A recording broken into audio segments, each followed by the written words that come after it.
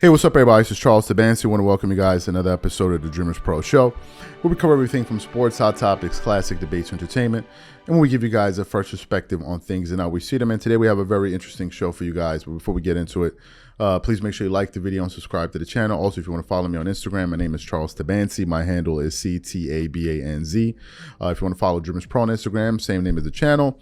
And make sure you check out the Dreamerspro podcast that we have in the comment section below for today's full show if you want to listen to it. Anyway, let me get into this topic here. So as you guys know, the NBA season has officially commenced.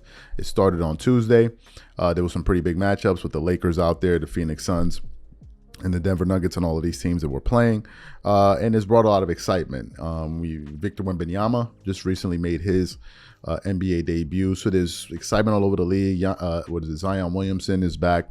But there's one particular person that's missing in action, and that person is Ja Morant. Now, as we're all fully aware, Ja Morant is currently serving a 25-game suspension for some off-the-court incidents that were basically a compilation of things that he did that ultimately caused the NBA commissioner, Adam Silver, to sit him down for 25 games. And everyone kind of weighed in on that, various personalities. But one of the biggest personalities in sports media, especially in the NBA sector, is Charles Barkley. And he recently weighed in into the Ja Morant drama. This morning I was doing some research and I came across an article here, from fadeawayworld.net, that actually then linked me to another article from CNN that had the kind of, all of the comments that Charles Barkley made. And this article from Fadeaway World had the headline saying Charles Barkley criticizes Ja Morant over his gun incidents. But before we even get into that, this video is brought to you by our sponsor, Aura. Do you know what the fastest growing crime in America is today? It's identity theft. Imagine trying to log into your email only to see that your password has been changed. Then you start getting weird notifications from your bank and credit cards, only to find out that all of your personal and sensitive information has been totally compromised. If you think it can happen to you and your family, just know that in 2020, over 49 million Americans were victims to identity theft, costing them a combined $56 billion. That is why we are excited to partner with Aura, who's the sponsor of this video. Aura is the #1 identity theft and financial fraud protection. Aura monitors the dark web and alerts you if any of your passwords and accounts have been breached. And funny enough, after using Aura, I discovered some of my credentials were floating around in the dark web, and the app showed me exactly when and where the breach happened. In addition, Aura allows you to set spending alerts, and they'll notify you of any suspicious transactions. Aura is 4 times faster than any of its competitors in alerting you if someone is trying to open a credit card or obtain a loan using your name. And remember this, every 14 seconds, someone becomes a victim of identity fraud. Don't let it happen to you. Now click the link in the description and try Aura for free for 2 weeks and see if any of you or your family's personal information has been compromised. Start your free trial at aura.com/dreamerspro. And when you try Aura, by using the link in the description below, also know that you're supporting this channel. Thank you. So the article then continues on saying, as of right now, point guard Ja Morant is serving a 25-game suspension with the Memphis Grizzlies due to a series of incidents where he was caught flashing firearms on social media. There is no doubt that the league took the situation seriously and many have criticized him for his actions. NBA legend Charles Barkley recently spoke about this situation with Morant criticizing the point guard and telling him to just play basketball. He's caught with a gun. He gets suspended, and then less than 2 months later, he gets filmed again on Instagram with a gun. And you're like, kid can't be that stupid, said Barkley per Ben Church and Chris Wallace of CNN. A kid is getting paid close to $100 million, and the only thing you have to do is don't be a fool. Just play basketball. Ain't like it's a real job. We're not teachers. We're not firemen. We're not like policemen. We're not somebody who's in service. We're not a doctor. There are 5. Those are the 5 real jobs. Real jobs will people who will never make a lot of money. And all you have to do is dribble a stupid basketball and stay out of trouble. Now, Charles's comments didn't finish there. I want to go to another article that was linked.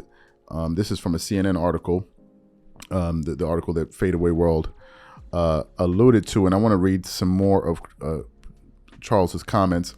He then said, real people, real job, people who have never made a lot of money. All you have to do is dribble a stupid ball. And then the article continues on. After receiving his suspension, Morant apologized and said he would use the time off to work on his mental health and decision making. I am sorry for the harm I've done. He said in a statement, to the kids who look up to me, I'm sorry for failing you. As a role model, I promise I'm going to be better. To all my sponsors, I'm going to be a better representation of our brands. And to all my fans, I'm going to make it up to you. I promise. So that's what those two articles had to say there. Let me give you guys my thoughts on this. First of all, John Morant mentioned something very important in his statements, which was, I apologize to the kids because I'm a role model, and I apologize to my sponsors. I've heard some people out there basically try to say, no, he shouldn't, he's, so what? He's just doing his thing and da-da-da-da-da. And these people are acting like as if the NBA is not a business that is interlocked with other businesses that they're partnered with. They have various companies that, endorse the NBA. And the NBA is trying to project a certain image to the public. And one of the reasons I believe NBA Commissioner Adam Silver's had to suspend John Morant was also to send a message to their partners and to the public at large. And for whatever reason, that point was being missed on a lot of people. Some people are like, oh, don't be hard on him. It's like you're missing the point. This is bigger than John Morant. The NBA is not going to tarnish their image because of one player. It's not going to happen. Another thing that I think is worth mentioning, and another thing a lot of people need to pay attention to, is this mindset of, oh, I can't be replaced. You can be replaced. Anybody can be replaced.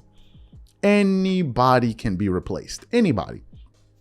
Right now, what's the talk of the town? Victor Wembanyama. There's always going to be somebody that's going to take your spot.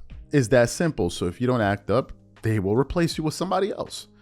And I think that John Morant is beginning to realize this. And very soon it's going to be out of sight, out of mind. People will not be talking about John Morant. No one cares until he returns. That's the harsh truth. Do you see the NBA making any posts about him on Instagram or anywhere else? Of course they're not.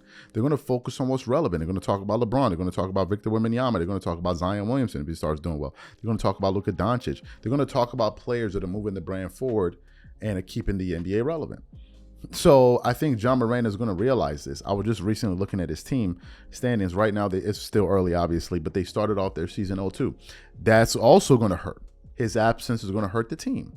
His behavior also cost him about $60 million because he wasn't able to qualify to make those all NBA teams. As you guys know, the various things you need to do to be able to qualify for max contracts, and one of them has to have there has to be a certain threshold of amount of games. He couldn't do that as well. And making those teams, he couldn't do that with all of this negative press that has been circulating around him. So to me, I think Charles Barkley said the blunt, honest truth that I think most people with a brain could figure out, right? I don't think he's hating on John Morant. I don't think he's trying to tear him down or tear down a black man. Oh, by the way, there's this kind of contingent of people out there. I see them from time to time. They try to pop up and make stupid, idiotic, irrelevant points. But nevertheless, these guys are very committed to their cause. Some people have said, all you do is criticize. What did they say? All you do is criticize Black American or American-born player, or American-born NBA players, and you never have anything to say about international players or international Black players. I don't know what it is. First of all, how many international Black players are there in the NBA that were born outside the United States that are making major news? How many of them are there? Giannis, Shai Gilgeous-Alexander, and then you have Joel Embiid. What news have you heard? What noise have you heard them be making? Number one. Number two, the point falls on deaf ears when you try to make that type of argument, because my favorite players are American-born players. So again, what's your point? I think we need to be very careful of the idiots in the room that are always looking to make a point that nobody's even interested in. I think it's important that I say this is a sports channel. This is not a political channel. This is not a channel where we're trying to make political messages. That's not what I do here. When a situation calls for and I need to take a stance on a particular issue, I'll do that. But for you people, for some of these people to try to kind of create this conversation, you guys are really, really pathetic to do that, because your thinking is limited in this position. You can't make an argument like that.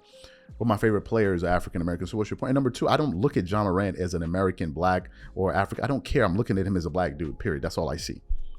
I don't see him as an American. I don't view him that way. Maybe that's how you look at the world. I don't look at the world that way.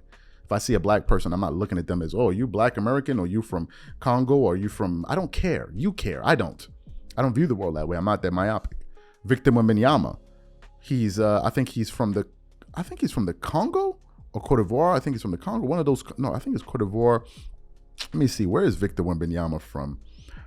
Victor Wembanyama, African origin. Where is he from? He is from, he's Congolese.